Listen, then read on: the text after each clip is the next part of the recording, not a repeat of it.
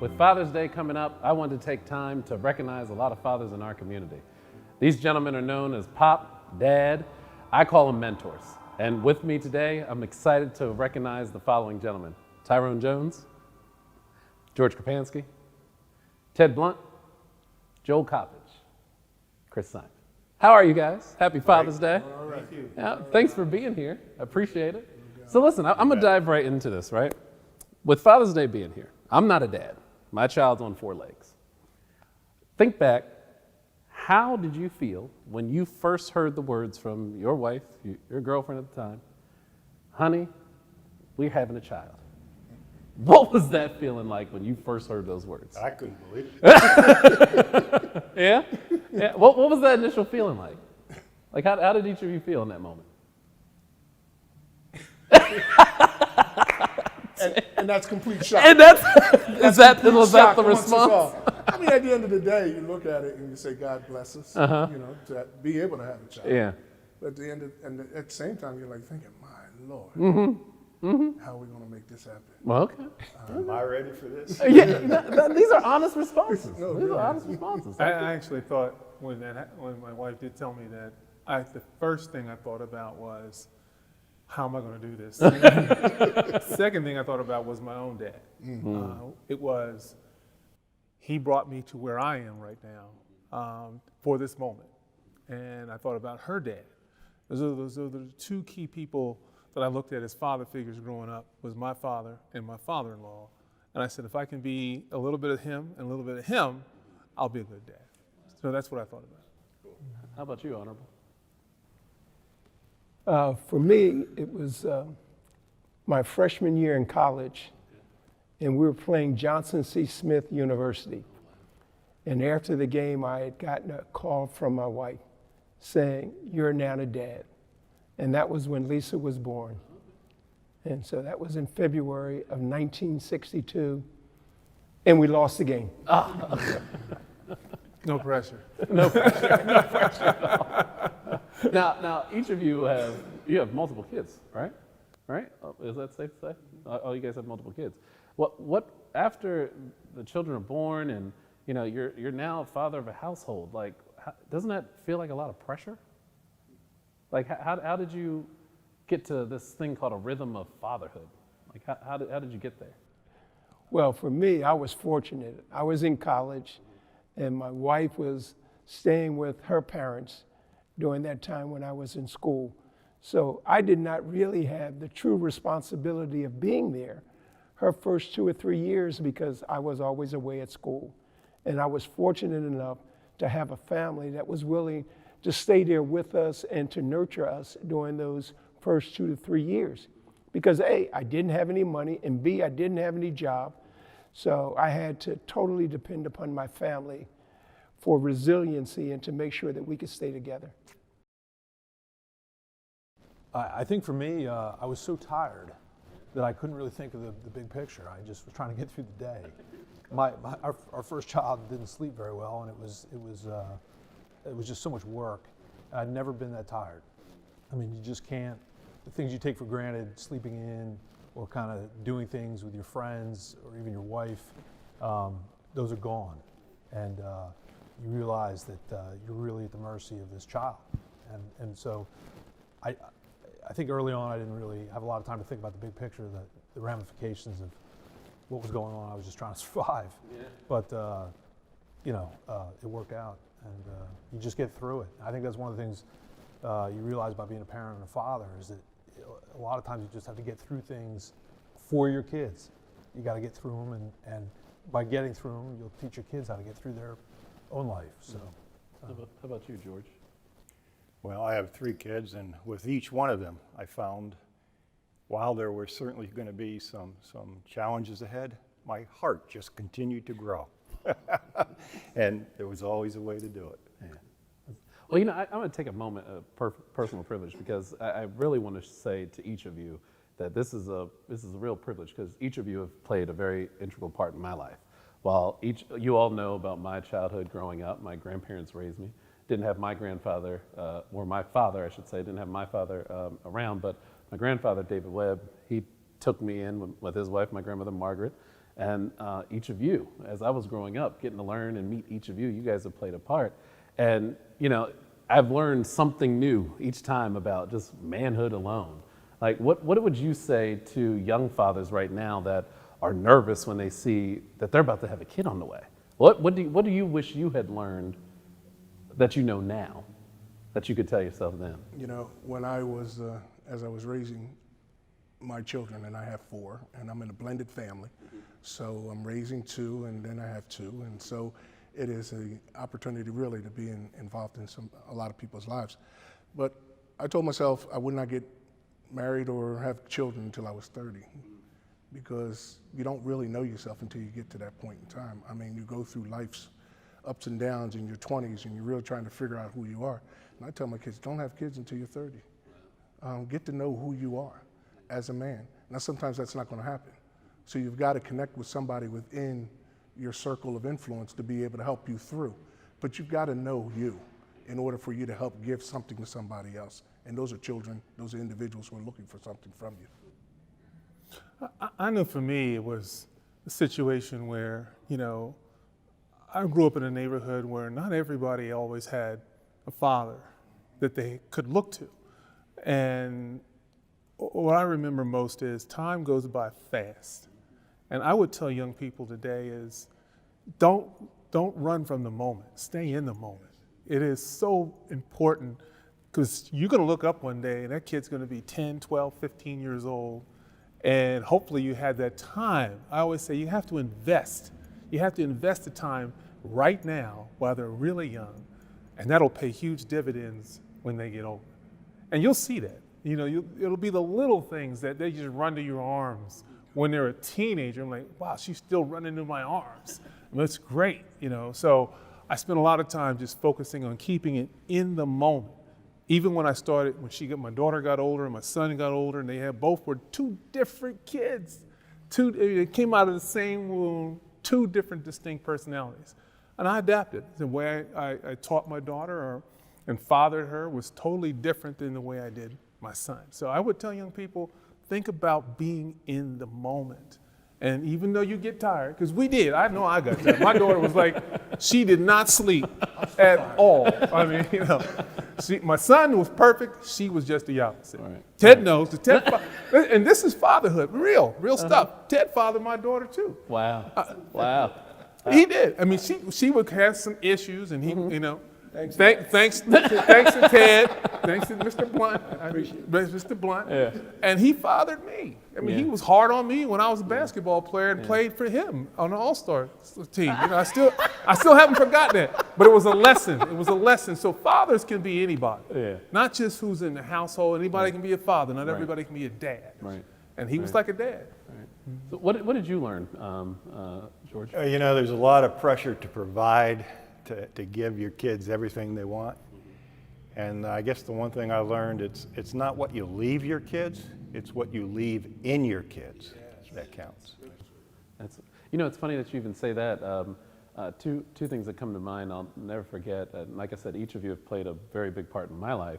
I'll never forget my first job at Cross and Simon, working with Chris.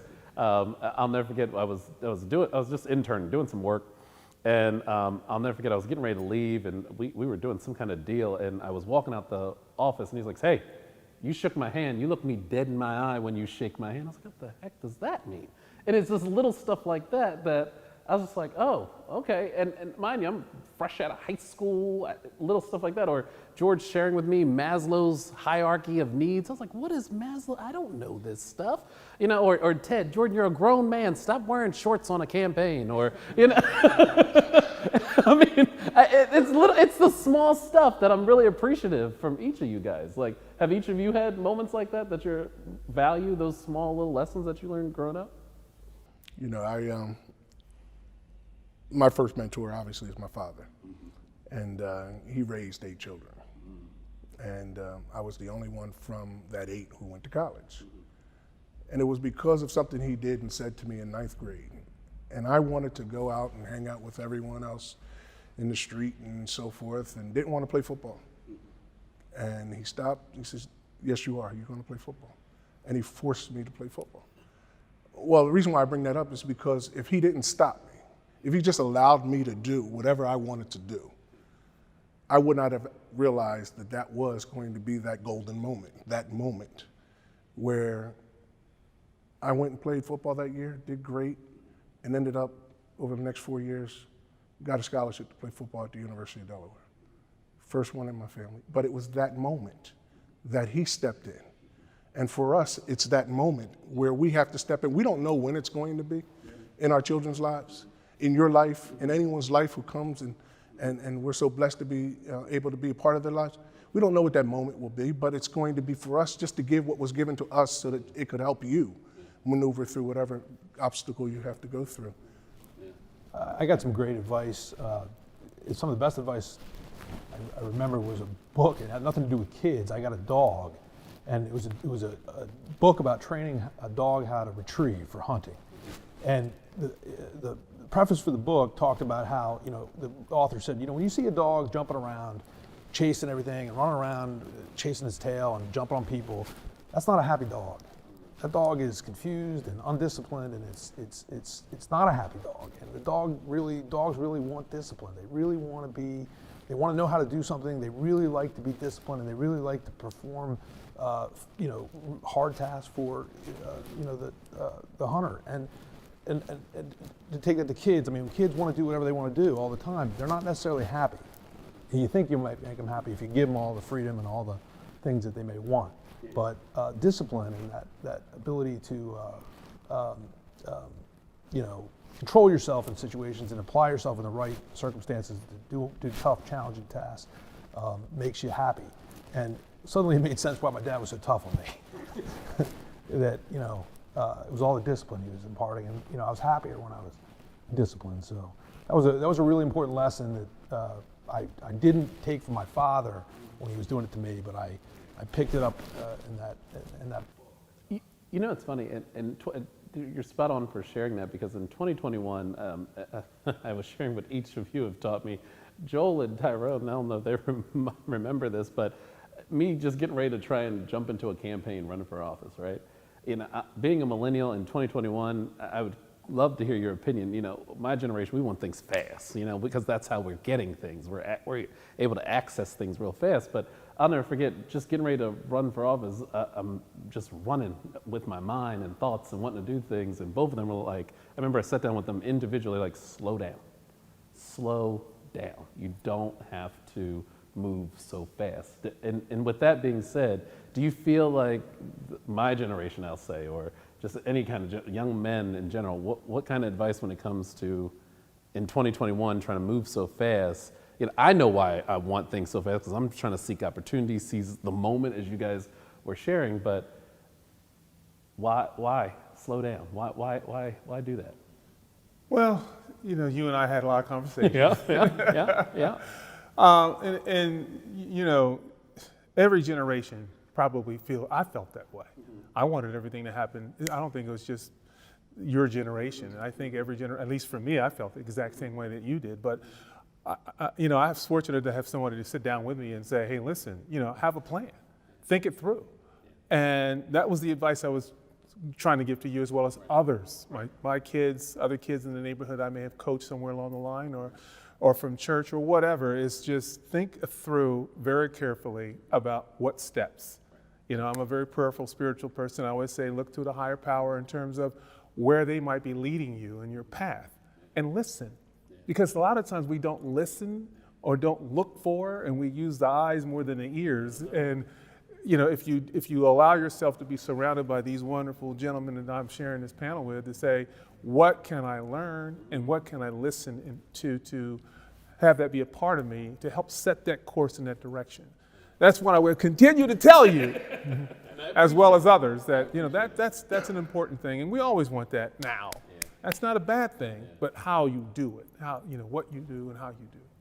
How about you, George? Yeah, I think that for me, I came along at a time when the community was what nurtured me, more so than just my immediate family.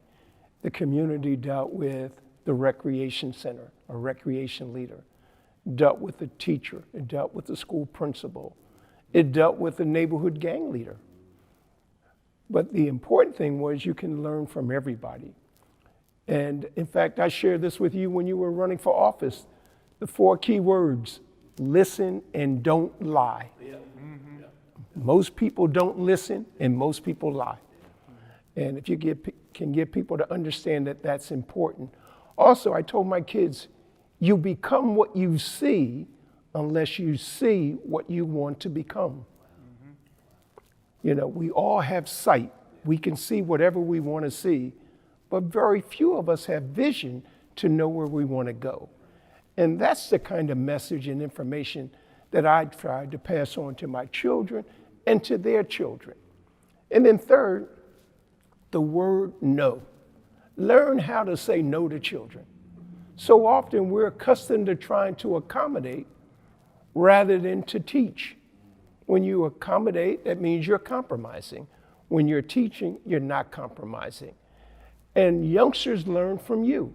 They pick up what you do and how you handle situations. And most of us cannot deal with conflict. And that's when young people come to you.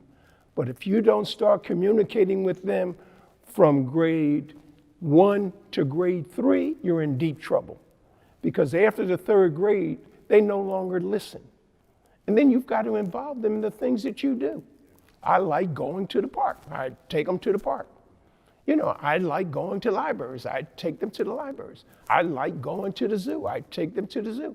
So they have to be around you and be engaged with you. But understand there's a time when you speak and there's a time when you shut up. And in my house, when my kids said to me, Dad, we want to eat in the dining room, I told them it took me 33 years to get to eat in the dining room. You know, I started from the basement steps up to the steps on the basement, to the top of the steps, to the kitchen, to eventually to eat in the dining room. And that was when I had my own house. And so I said, there's a price you pay in life. You know, you have to gradually get it. But if you get it all at once, you're not going to know how to handle it. What comes quick goes quick. Tyrone, any thoughts on that? You know, I'm listening to the elders of the circle here, and people always say, that was then, this is now. Because the circles of influence on a lot of our kids right now is not just relegated to that small community. You've got the internet, you've got the cell phones, you've got all these things that are now influencing our kids.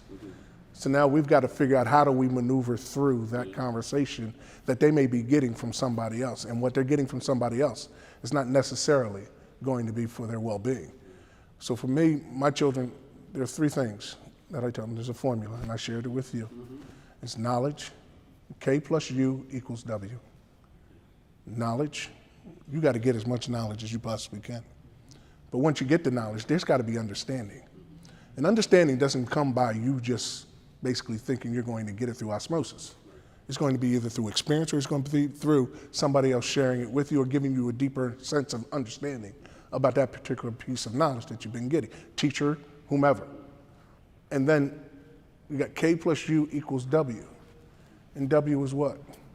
Wisdom, because that's what we have up here. You have wisdom that has been gathered over years based on the knowledge and understanding that they've received. And now they're applying that knowledge and that understanding, they're applying it. That's being wise. I'm trying to teach my kids how to be wise to every circumstance or situation that may come up. So get the knowledge. If you don't understand it, let's figure it out.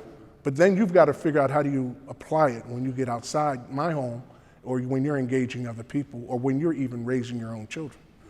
So for you, it was about that.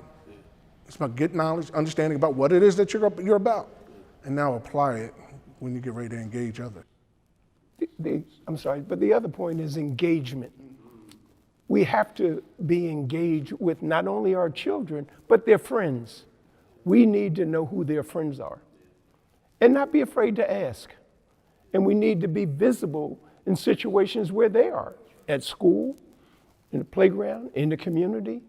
People need to know that that's your child. When something goes down, they're going to make sure that Dad's going to get a phone call. Because if you act up before you get home, I'm going to know about it. and you don't want me to be upset about anything. That neighborhood thing Wait a minute. was real. I mean, you're on memory lane right now. my neighborhood was the same way as Ted's was. Now, if I could do something wrong down the street, and by the time I got home, that message was already there. Yeah. You know, but it was a good thing to be able to have the whole village and neighborhood watching you and raising you at the same time.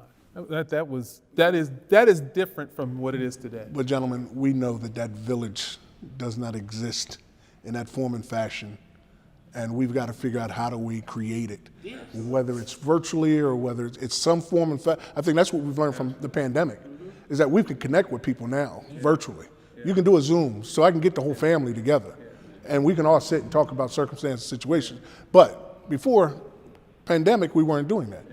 So we've got to create, how do we create that village? Yeah, because I'm gonna tell you right now, as individuals that I associate with in my age bracket, they also look up to a lot of you, and would love the opportunity to sit with you. But I've even heard folks my age feel either intimidated or not able to connect because it's like, if I don't want to come incorrect or feel like being told something I don't want to hear. But one thing I learned from George is just the level of respect, and I try to share that with my peers, that I'm quickly to pick up the phone because I have a lot of respect for you guys, for everything that you've instilled in me. So I really appreciate you guys for that. So, and I encourage, pick up the phone.